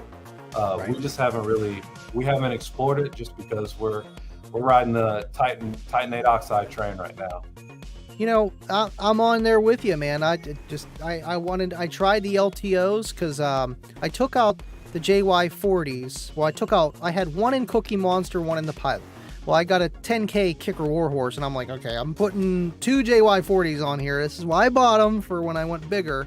And really, that amp is so darn efficient, I really don't need both of them in there, but it looks pretty, it's done, it's good. So I'm like, Yep. Slamology, I got no bass for the Pilot, and I wasn't going to initially bring it up. Me and Kayla were going to drive Cookie Monster in a tiny little Eclipse all the way up to Slamology, but then we lost who we were going to have watch the kids for us, so we brought 2 cars to Slam, and I'm like, well, Pilot's got the quad box, people are going to want to hear it, I got no batteries for it, I'm out. And so Seth lent me his Yinlong 40 bank, and I was like, LTO, do I mix it? How do I do this? Okay, let me just disconnect the front battery ground. Okay, we're good. And I've ran it, and it's like, the more I learn about this LTO stuff, it is kind of the future. And the worst part about it, and people could say it's worse or not, is that higher resting voltage of getting all the capacitance out of it in order to charge it that high. But honestly, I've done fairly well at just charging at 14.4. And on, the quad box on a stock alt, and unless I'm really getting on it for 20, 30, 40 seconds, then it starts seeing like 11s. And then it's like, but I'm clipping it. I'm pulling 4,000 watts out of that battery, and it's only going to do so much. I don't know how much current. I need to get a DC clamp on it, because I bet you those amps are pulling way more than 400 amps of current. It's probably pulling like 5. It's to the CX 1800s, and it's wired at half ohm, so it's not the most efficient. Not at all. Yeah, it's loud for a daily, man, and it's like the grocery getter. It's like, yeah, there's 412s back there, whole car's just shaking apart. It's great. Well, I mean, like you said, the other reason too we've gravitated toward LTO is just the safety factor. I mean, LTO doesn't have the same thermal capacity as lithium iron phosphate, so I mean, the only thing that we've seen with these, like, to the people that have put them under the hood, first of all, we told you not to. But second, when they had thermal vents, they wouldn't really catch fire. All they would do is puff up and smoke. Whereas lithium iron phosphate does have that chemical imbalance of the ability to have some sort of thermal instability. See, that's what's crazy. And I know Jake here, super chatting here. He's helped me a lot get on this LTO train and stuff, and just helped me out with batteries. And it's just, I always thought lithium iron phosphate was a safer lithium, which it is, but it's not the safest lithium. There's polymer, that's just, don't do that, and that's just for small stuff anyway. And then just lithium ion, what you get in your 18650s, 22s, whatever. And, I thought lithium iron phosphate was this ultimate safe lithium. And then here it's like, oh no, those big LTO cells, I don't want that. That's scary. And then meanwhile, that's safer. And that makes no sense, but it does. But it's not as easy to integrate with your other batteries as lithium iron phosphate. And that's why the phosphate has its place too. It really does. Yep. It's, lithium iron phosphate's definitely more energy dense, but in focusing on titanate oxide, we give up a little bit of the power output, but a lot more safety. So we sort of meet we sort of met in the middle with our LTO offerings, just because there's so many. I mean, we've got a 12-volt line, a 14-volt line, a 16-volt line. I mean, just within the Titanate chemistry, I mean, there's probably 35 different batteries at 3 different voltages. Wow. Now, you say 12-volt LTO. I know people were asking, like, do they make 12-volt LTO? Is that with the 5 series of the 2.3s? Yep. Now, S5 is, yep. Okay. And that's the S5. Is that a Titan, or is that that's something different? I'm trying to remember. That's the Titan. That's the 5S. Yep. That's the 12-volt. And then what's the operating range on that? Like, is it like 14.8 or something like that? I mean, most cars don't even charge 14.8. Mine charge 14 and 14.4. So. Yeah. So max on these is going to be 14.8. Okay. In the Yukon, I just run a D3400, only because there's times where I can see it. I mean, especially when it's cold, and then GMs, for some reason, they like to charge high. I've seen as high as 15.2, and I'm a stickler for, I'm a weird kid. I follow instructions. So messing around with the Titan, like especially starting with the Mustang, like I knew it wouldn't charge above 14.4, like even cold. I knew with the Yukon it did. So before I put a battery in it, I wanted to make sure what everything wanted stock, and then just sort of adapted my decision on a battery for what the vehicle would call for safely. Right. Makes sense. That's just planning your system. You really have to, you know. Otherwise, you're wasting money. You're buying things twice, whatever the situation is. And I mean, you got enough experience. You know, you got great guys around you. You know, and you're learning. I needed them because especially when I started, like it was either 2020, 2021. Like I had no idea like what this is. Oh, okay, cool. It looks like a brick. What does it do? So there were lots of calls, lots of hey, can I ask you questions? Like there was a lot, but yeah, it's really not hard to learn, especially if you're interested in it. No, and it's like learning a bicycle, but going on different trails, learning different chemistries, and just, you know, the futuristic science part of it. And then when you get real into the nitty gritty, that's when you learn you don't know anything and you need to learn more. And then it's just, there's a lot to it. Jake's asking, I'm guessing for excess power, what is the best battery for standalone draw, no alt? So probably just strongest battery, I guess you would say. I don't know. Well, I mean, if you're looking for like, just like, I'll give the example of a boat that doesn't have an alternator, or like I'll give a better example, a race car. We normally don't do like lithium iron phosphate in a race car because they usually don't have alternators. We'll usually go either AGM or lithium titanate oxide, but just a different line from this one that we have, which looks the same. But instead of focusing on burst capacity, which is the red plus, we have one that has a blue plus, which is more focused on reserve capacity. Oh wow! So that would be perfect because the race car has no alt, but you need I don't even think they got headlights, but still maybe some wipers. You know, if it gets a little rainy or something, that's kind of crazy. And it's nice that you have that difference between the red and the blue. See, I need to look more into when I go on the website. I see all these batteries, and I'm just like, man, there is just a lot. You guys got everything on your website. So I'll show you. If you go under lithium batteries, this guy right here, go under Titan modules, and you'll see PWR titanate and RSV titanate. The red is PWR, stands for power. The blue RSV is reserve. So basically, the difference between the two is the power base, like give you all the power, all the punch you want. Reserve is less burst output, but double the reserve capacity. Wow. I mean, it makes sense. And I like that you guys give the people that option to have both, you know, for different situations. Like, what is the capacity on this one, the RS5? Is it still 5 or 20 amp hours? That's a lot more. That's got to be, what, double? Yeah. So basically, we cut the burst capacity in half to 2,500 watts of wattage for customers, and we doubled the reserve capacity. Wow. And like anything, it's physics in life. You give up something, you gain something, but whatever.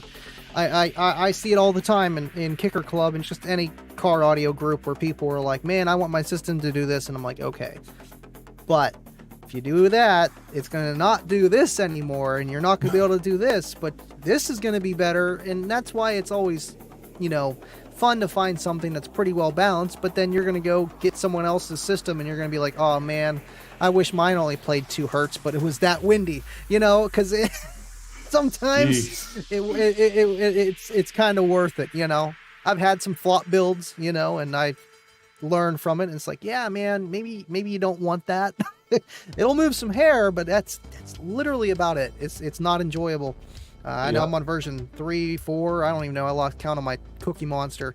And I finally got it. I wish it would play a little bit lower. Everybody's going to say that. And it move the hair a little bit more. But it sounds right. And that's what I was looking for. And you did say something. I think maybe we said it off camera, but you said something about the Solo X18 maybe when...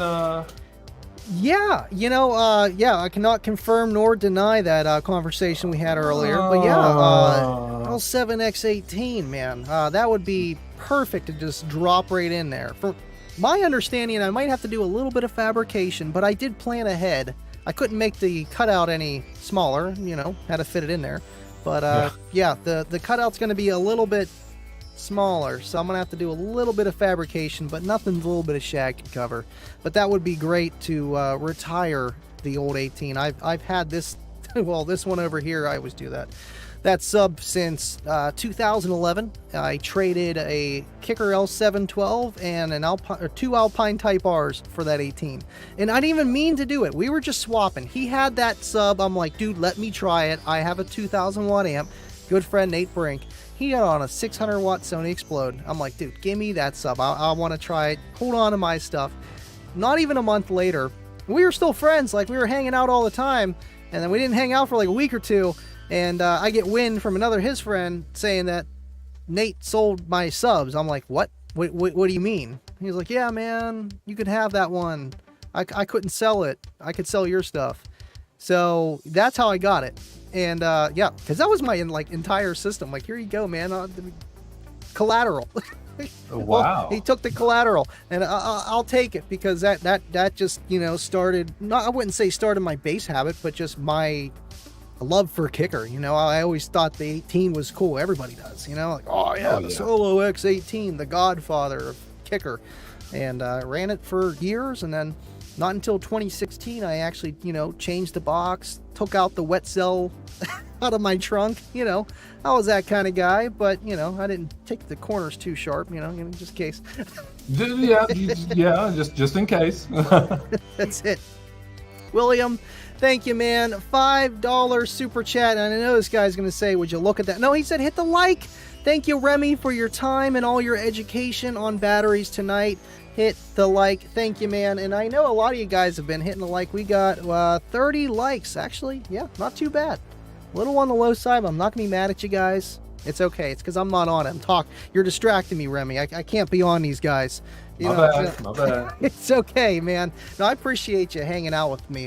This has been an hour and a half show, but it's like, dude, I'm not gonna be able to get you on every week, and we've had plenty of fun, and there's so much to talk about with batteries and excess power, and again, I've ran them, my 3100 and 3400 before. I did have them running together at one point, but they've been in a few different cars here and there, and it's always the go-to battery, and it's just good stuff. And I'll pay for that. I'll pay for the stuff that's gonna last. You can always find maybe better deals, and that's I went with the Plananos. I'm like, let me try those out, but who knows, and again, not that much capacity, but tons of discharge.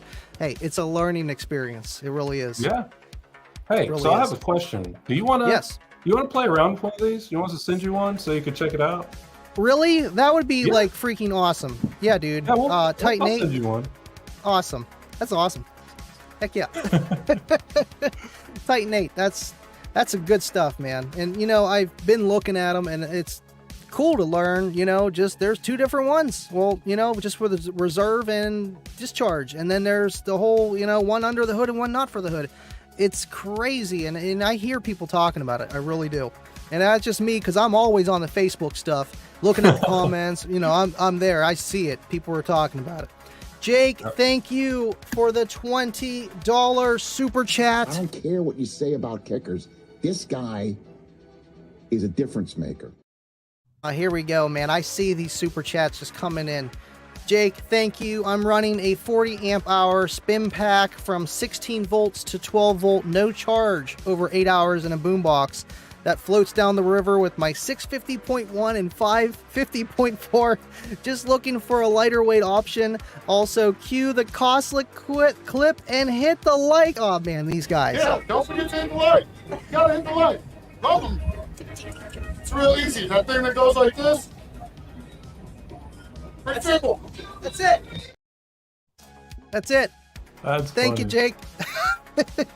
We got a little something for everything, man. I've been doing this for a long time, and these guys, they make the show. They really do, and it's just, you know, we're here for fun, right? they're the ones really taking care of us. But yeah, man, I feel like with the spin pack, I mean, 48 amp hours is a lot for something to take down the river. You'll be playing that till you hit Mississippi. Well, he's not too far. He's down Georgia, but still, you know, it's going to last. I don't know. What else would you have kind of equivalent to that? You know, of just something that would be, I mean, we talked about the Titan Reserve. I'm trying to think what else would be small enough. You know, I don't know how much room we got working with, but 48 amp hours of spin, that still sounds like a pretty decent sized battery. So what do you think? Well, that's a large, like, operating range. I mean, we have so on our website we've got the S6 line, which is our 14 volt line of Titan 8. Its operating range is I want to say 16.5 all the way down to 14.8. And then of course, like our S5 12 volt line is from 14.8 down to 12.6. 16 to 12 is that's a big range, but I mean, if you're looking to shed some weight, I mean, in all honesty, you could probably maybe do, to get that same equivalent of amp hour, I mean, you could probably do 3 of these, and that would give you roughly 90 amp hour equivalent of power, but at roughly anywhere from 13.5 down to 12.6 for 8 hours. I mean, it just depends on how much draw you have. Yeah, that's crazy. I mean, you kind of can never have too much reserve, especially with something like that, because when your battery's dead, it's dead, you know, and then you're spending more money because now you got to buy all different other stuff to make it bigger or whatever. You're wasting time.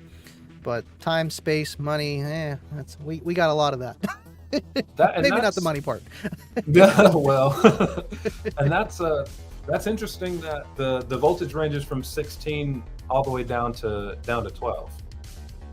Yeah, I'm intrigued. I don't know. By... Yeah, 'cause with the spin, I'm trying to think what chemistry is that. I know that's another one, but it's just the type of, not prismatic, not cylinder. Is it spin? Is that more so just a type of like battery rather than LTO? Is it still LTO or no? Is he in the comments? I don't know. He is in the comments here. I've seen the spims on battery hookup. I know people talk about them. I don't know enough about those yet. Otherwise, I probably would have covered those Tuesday, but I'm like, well, I don't know enough. I don't know. They're in Beamers, I think. I don't know. Just like the, C-Max are in Ford, the C-Max Ford, you know, people, these DIY guys. I can't with them. I can't. But they're awesome, though. Claude McRae, just to one-up Jake, thank you so much, man. And we got to roll the beautiful bean footage. Just have to. I don't care what you say about kickers. This guy is a difference maker. Oh, man. And you think that's it. This guy's just trying to one-up him. And then here comes Kibo one-upping him. Left this on Jake's mom's nightstand. No, he didn't. You know, this is almost turned into the after party here. I don't care what you say about kickers. This guy is a difference maker. These guys are nuts, man. I'm telling you. But, you know, I'll have to have you on again, you know, in the future, man, because, you know, I feel like when I asked you, have you ever done like StreamYard, you're like, no, I do Zoom chats and stuff. I'm like, man, this guy's never been on a live stream before. this is going to be awesome just to be able to, you know, pick and prod your brain and, you know, just do the one-on-one stuff. Now, I don't always do, you know, interviews, but I wouldn't mind switching up a little bit because, you know, not everyone wants just to see the Kicker Cave every Friday. Maybe once a month, bring on a special guest, just like how we're doing today, because this is nice. It's a little, you know, change of pace per se. It really is. And you can dabble. That's fine. You could you know explore some other revenues. There's nothing wrong with that. Exactly, man. You know, when you do this live streaming every week, you're like, man, I don't know how I'm going to come up with another piece of content, but somehow you do, you know, and that's why I kind of know that at least I'm right for the job, you know. I'm still complaining, man, I'm tired, I got to do this, I got to do that, but like after it's done, I'm like, man, that was great. It went good. And I'm happy, you know, and it's not about the money, but I love you guys, and thank you for your donations, because I'm in debt because of car audio, like a lot of you guys, and it means so much. But it's more than that. Like the whole journey it really is awesome, and I couldn't have better people, man. You know, between just Kicker and JY, and now I'm getting involved with you guys now, and Down for Sound. I mean, it's like I'm really picky about who I associate myself with. Not gonna lie. Just because I'm not that I'm saying I'm a sellout or not, but it's just, you know, I see it as having a relationship with somebody. You know, it's not, you're not going to just do it with anyone. So it means a lot, and to be able to have some kind of partnership with you guys now, it means the world, man. And these guys are going to love it too, because we're going to hook them up with some cool stuff too. You know, yeah, down the road. Appreciate you, Mike, because we trying to make Jake upset. Oh man, Jake's really gonna be mad at you guys. And then Bubba coming in with a $25 super chat. Matt, Cap, and CJ and Kibo, LOL. Also give a shout out to having sniped Cornut on Tuesday. He should have been the caboose. I also support the Dave Koslick clip. Yeah, don't forget to hit the like. You gotta hit the like. Love them. It's real easy. That thing that goes like this. Pretty simple. That's it. And you got to subscribe, and you got to do all that other stuff. You got to hit the bell. That's it. Oh man, Dave's awesome. And yeah, if you couldn't tell, we did a live show at Slamology, and then all these guys that are tuning in, a lot of them were actually there. So it was like the most incredible experience I've ever had in my life. It was just different. I'm like, dude, this is awesome. And to have all these guys on there, and you know, if you check out the intro, you'll see them there too. And there's a lot of originals, but we get new people here every day too. And making this show go almost 2 hours, we're getting a few extras too. You know, these night owls are like, what is going on? This guy's still live. Thank you, Bubba. It doesn't feel like that long. No, it really doesn't. You know, because the first 10, 15, 20 minutes is probably like the hardest part of a live stream, and then after that, it's just like we cruising, we're talking, we're having fun. And Jake, we keep this PG-13. All the one-uppers, he is just, I need to make a Jake one just because, well, actually, no, I don't. I did have something there, and then I think I changed it. Yep, I did. I don't care what you say about kickers. This guy is a difference maker. That L7X though, man. I seen that they just dropped the 10s today, or at least the shop has one in their person, and I'm like, ooh, I don't need it. I don't need it. I don't need it. Jake, listen, I was saying the same thing. I saw it the other day. We put an order in for some, and I'm like, do I start all over? Like take the sundowns out of the Mustang and do a Solo X10? No, I want to do, those things are heavy. If I do it, I'm only doing one of them. That is a lot of mass. I originally wanted to go with the 10s, and just because in Kayla's car, because she's got the Eclipse too, but hers doesn't have Cookie Monster in it, so she still has back seats. But I wanted to do two 10s because of airspace. And Jake here, SDK Enclosures, he actually designed and built the L7X enclosure that I have in there, and he helped me out. And it was really hard fitting that 12 in there. I'm like, kicker, you couldn't just come out with all 3 of them so I could just go with the 210s like I wanted. So now they got them, and I already got the build done, and it sounds phenomenal. I mean, it does a 148 plus.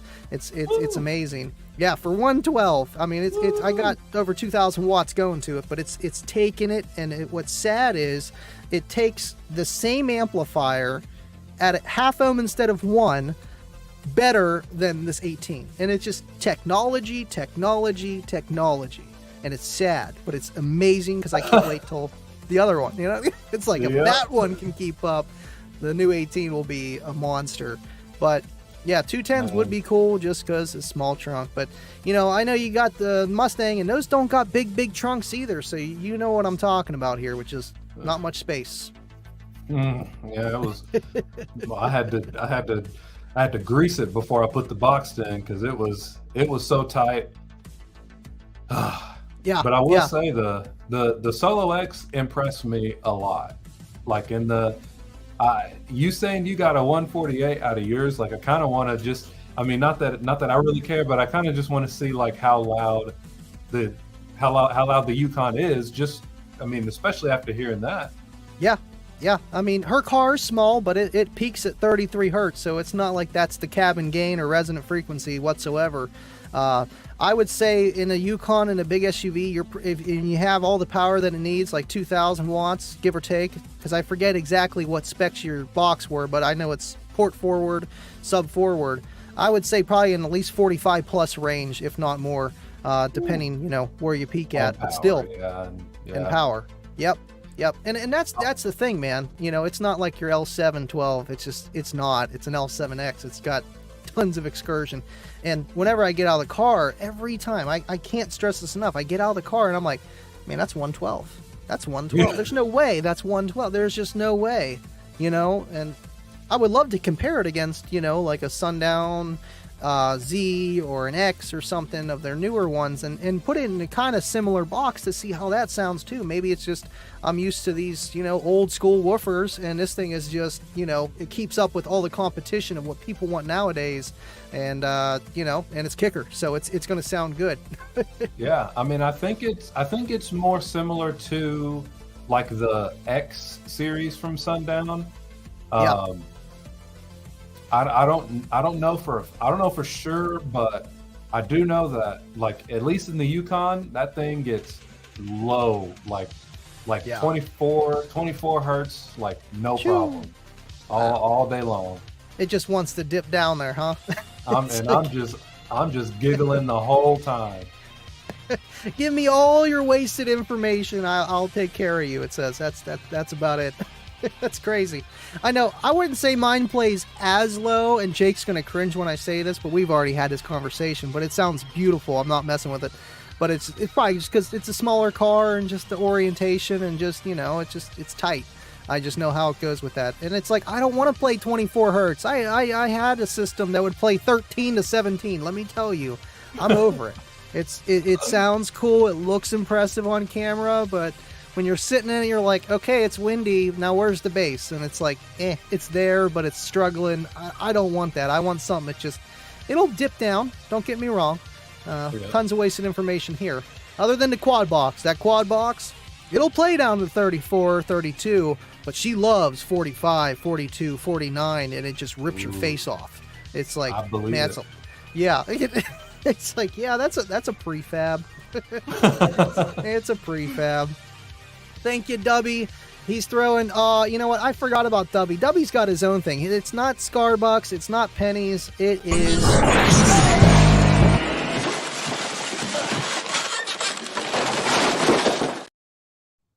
Move the title. Funny. It's Sony Bucks. He just loves Sony Explodes more than anybody else that I've ever met. And I like some Sonys too, man. I remember those back in the day. You'd see those in actual nice builds, you know, the plexiglass and everything. And our fiberglass, just, you know, awesome builds. Sony Explodes. Dubby, thank you, man. 25 Hertz told me he bought Living Loud with Andy undies for Remy. You know, these guys, you don't know if they're joking or they're not. You know, I got some swag, but I do not have any underwear for sale yet on the merch site. But I'm sure Dubby could make that happen. Appreciate you, Dubby. You're nuts. These guys, you know. I'm not gonna knock your hustle. I mean, if that's what you know. I told him I was okay with the Speedos. Now undies, that's a little bit different. Maybe some boxers. I don't know, man. Like DMI. Join us in the Discord sometimes. You'll understand. These guys are great. We even do, and I know they're probably yelling at me. Come on, man, let's go to the Discord. Because we jump on my Discord and we hang out, play a little bit of, just Discord games, talk car audio, and just, just side jag. And it's nice to have that with the community, because that really brought us all together was the Discord, the 14.4, the 10.9, and then mine for Slamology. And it really was just like a tool to bring us all together. I know everyone uses Facebook, but these guys, they're all over the country and let alone the world too. W's from Australia. So it's just, it really is insane. It really is insane. That's awesome. Remy can't get a word in edgewise and he's getting tired. I appreciate you guys. We're gonna have to let Remy go. We gotta end this show. It's going too long. Thank you, JT, and appreciate you and Remy. And we have to. I mean, this is probably my favorite clip. Well, would you look at that? Oh my gosh! Just look at it. Just look at it. Just look at it. That doesn't get old. It doesn't, man. Ed Bassmaster for the win. Thank you, JT. Thank you, Kibo. I'm just going to apologize for my entire chat crew. I don't know what you did, Kibo, but he's usually behind the works of something, and it has something to do with dubs sometimes. Andy, you need to show Remy those scarlet red undies. I'm not doing it, Dubby. We ain't going there. This is my art guy. He's the one that made this design with the car and everything that I was showing you and stuff. And just this is the guy right here, man. He is awesome and he is talented. Love you, Dubby. Thank you so much, and appreciate all you guys. And I don't want to keep everyone for forever. And Remy's got to go to bed. He's on the same time zone. He's not in Nevada or wherever like a lot of guys are watching, Bubba and them. So it's only like 9 o'clock for them. They're like, oh yeah, keep going. So we'll let you go, but we got to do the outro. And if you want to hang out for the caboose, that's fine. If not, no biggie. But I'd like to talk to you after either way. Anything you like to say to the guys before we wrap this thing up? Well, I appreciate everybody listening. I'll ramble. And Andy, keep doing what you're doing. I enjoy it. I love it. I look forward to seeing the next one. And I'm serious. I'll send you one of these. I want you to mess around with it. I want your thoughts. Absolutely, man. I would love to just get my hands on it and mess with it. I've done a lot with JY products, and it's like, I feel like it's harder for me to push theirs now because they're going brick and mortar, and you guys are all online, and I've ran it for so long. It's common sense, man. It's going to be awesome, and I'll definitely put her to work. Absolutely. I appreciate it. No, I appreciate you, man. And shoot. Thank you guys for watching. I love you so much. I know we ran this a little bit over 90 minutes-ish, big time. But to have a special guest like Remy here hanging out with us on a Friday is a special occasion. And I thank you so much for joining me, and I appreciate the good words. And this is what I do, and I appreciate it. And you guys, you included, Remy, make it worth it, big time. Oh, yeah. And I appreciate you guys. Thank you so much. Stewie, I seen your comment earlier. I missed it, but thank you for hanging out towards the end. You guys are amazing. William, thank you, man. Trey, all you guys. And as always, I'll see you at the end of the caboose. And I know Cornet's going to be trying to take it, but either way, if I don't see you at the end of the caboose, I will see you guys on Tuesday on the Unmasked After Show. Yeah, we do that too. And again, Remy, thank you so much for hanging out with us. And I'll see everyone on the next one. Stay living loud.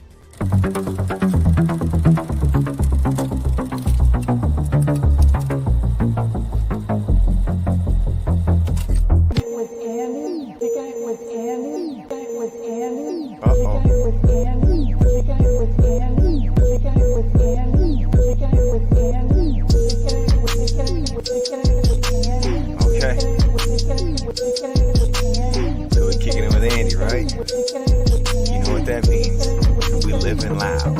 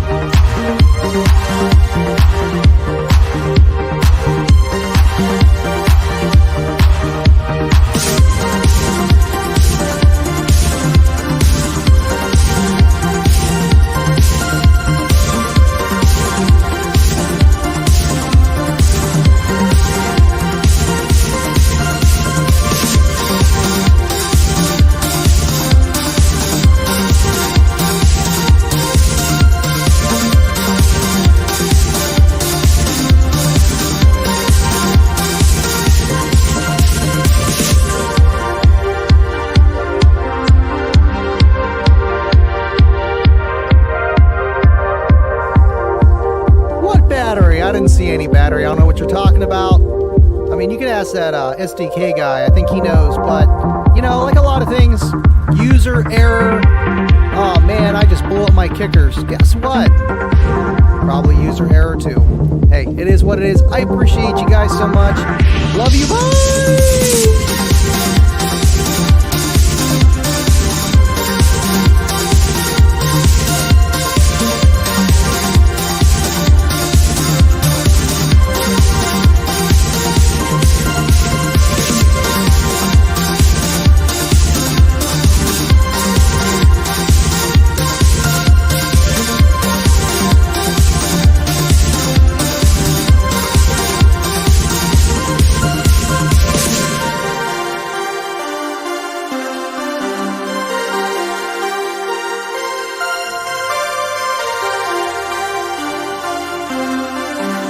Listen now for sounding.